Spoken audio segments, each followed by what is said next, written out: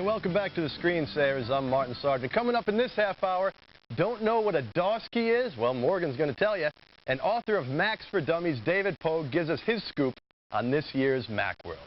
You know how you buy a computer in January and by February there's a smaller, faster, less expensive one out there? Sure, things move fast, but according to my next guest, he ain't seen nothing yet. Joining us via satellite from Boston, say welcome to author, inventor, and futurist, Raymond Kurzweil. Hey, thanks for being on the Screensaver. Glad to be here. Now, in your book, The Age of Spiritual Machines, you make many startling, really mind-blowing predictions about the future of the machine and the effect that that future will have on humanity. But before we talk about that future, we really have to understand how the past has caused you to formulate your predictions. And maybe the best way to do that is within the framework of the notion of exponential growth. What is exponential growth? Well, this stems from my interest in being an inventor because I wanted to see where technology was headed. And I began to develop mathematical models of how technology evolves. And exponential growth in the power of computers is well known. We call it Moore's Law. But it turns out that Moore's Law is really just one of the paradigms. It's really the fifth one. We've been growing computers exponentially for 100 years. And the same exponential growth, actually double exponential growth, occurs in many other fields: communications, our understanding of the brain, genomic science. We're miniaturizing technology at an exponential rate. Many different aspects of technology are expanding their powers exponentially. So essentially what it means is progression just keeps getting faster and faster and faster as technology gets more powerful. Right, but it's not linear. It means that we're essentially doubling the power of these technologies every so often. Now in computers, it's actually every year we're doubling the power of computation. So that's going to continue. When one paradigm runs out of steam, like integrated circuits, we go to another paradigm. We'll replace flat integrated circuits with three-dimensional circuits. That's the next method that will keep exponential growth going for computers. So let's apply exponential growth to the future. What will computers be like in, say, 10 years from now, 2010 or so? Well, in 10 years, because of the miniaturization, they're going to disappear. We won't be carrying around rectangular objects or even spherical objects. They'll be embedded in our clothing. Images will be written directly to our retina from our eyeglasses and contact lenses. We'll have extremely high bandwidth connection to the internet at all times. So, for example, we'll be able to enter virtual reality environments involving the visual and auditory sense, so you can actually feel like you're with someone and look around them just by actually seeing their image directly written to your retina, and it'll actually feel like you're in that environment. Displays will be replaced by virtual images that hover in the air, and we'll be encountering a lot of embedded intelligence. Everyday objects, our walls, our clothing, our eyeglasses will all be embedded with computation. And then we move up to, say, 2020, and you say that for $1,000 in today's money, you could get a computer that has the computational power of the human brain. And when you say the computational power of the human brain, I mean, computers right now, a computer can beat Kasparov in chess, but this is all-encompassing? Computers can beat us at narrow tasks, playing chess, guiding a cruise missile, making medical diagnoses, making financial investment decisions, but they don't have yet the subtlety and suppleness of human intelligence. And there's two requirements. One is the hardware capacity, and a conservatively high estimate of 20 million billion calculations per second, which is at the upper end of the range of estimates, will be achieved by $1,000 of computation by 2020. But that's just the hardware.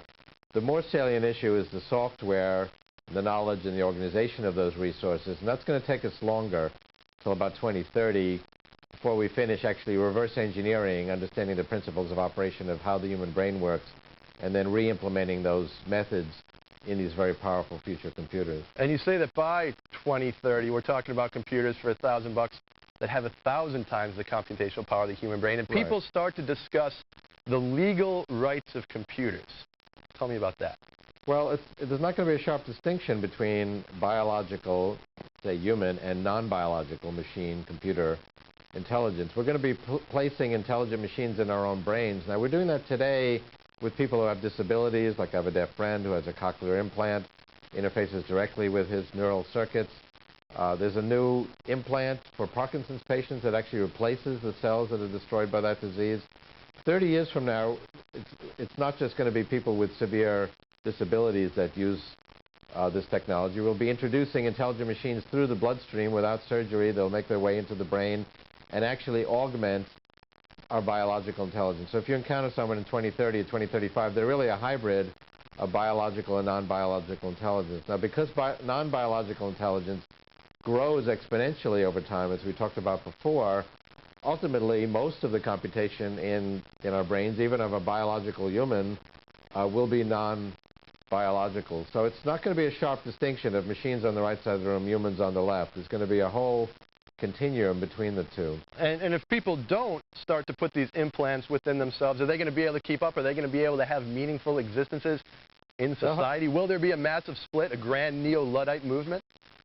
They'll be able to have the same meaningful experiences they have now, but there'll be a whole level of dialogue that they won't be able to participate in, particularly as we go out to, say, 2040, when we're talking about machines being millions or billions of times more powerful than human intelligence.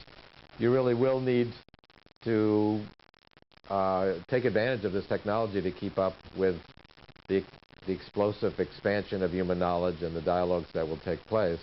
You know, this all sounds like, the stuff of science fiction. It would be easy to dismiss it as science fiction. It's crazy, but you certainly have the pedigree to back this up. The predictions that you made throughout the 80s have more or less come to pass in the 90s, and you've developed such things as Kurzweil music systems.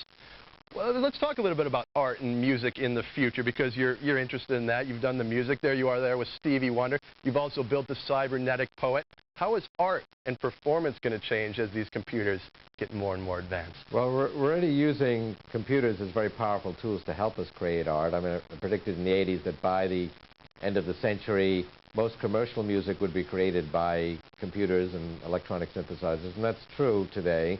And we're already beginning to actually jam with computers and have computers generate a walking bass line or appropriate rhythmic accompaniment.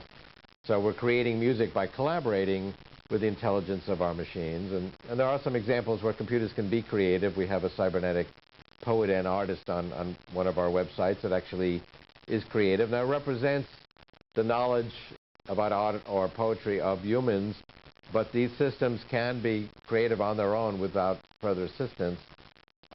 When we go out to the point where really machines can encompass the full range of human intelligence, when we've fully reverse engineered the brain, and we have machines that have the same suppleness and subtlety of human intelligence, they'll be artists with their own reputation in creating art and music and new forms of creativity. For example, designing new virtual reality environments and so forth. So just to wrap up here, are you optimistic about this future, a future where machines are going to have greater thinking capacity than humans? Will the machines take over like in so many dystopian novels and movies, or not? Well, if you combine all these revolutions, the ones we've been talking about with computers and intelligence, nanotechnology, the ability to create any entity atom by atom, the breakthroughs that are coming in biotechnology, we'll have the means of overcoming disease, greatly extending longevity, overcoming poverty, all presumably positive things. But there is a downside. Technology is a double-edged sword. It empowers both our creative and destructive